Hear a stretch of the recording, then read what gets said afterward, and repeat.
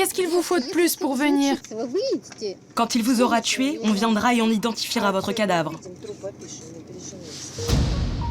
Une police peu réactive. Pourtant, l'histoire de Yana est loin d'être un cas isolé. En Russie, les violences domestiques se produisent en pleine rue et en plein jour, comme le montrent ces images de vidéosurveillance.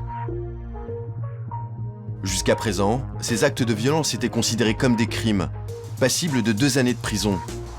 Pourtant, en janvier dernier, les députés décident de changer la loi et semblent accorder aux maris violents un permis de frapper.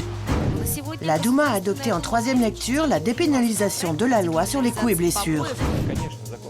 Voté à une écrasante majorité, cet amendement a été soutenu par le maître du Kremlin.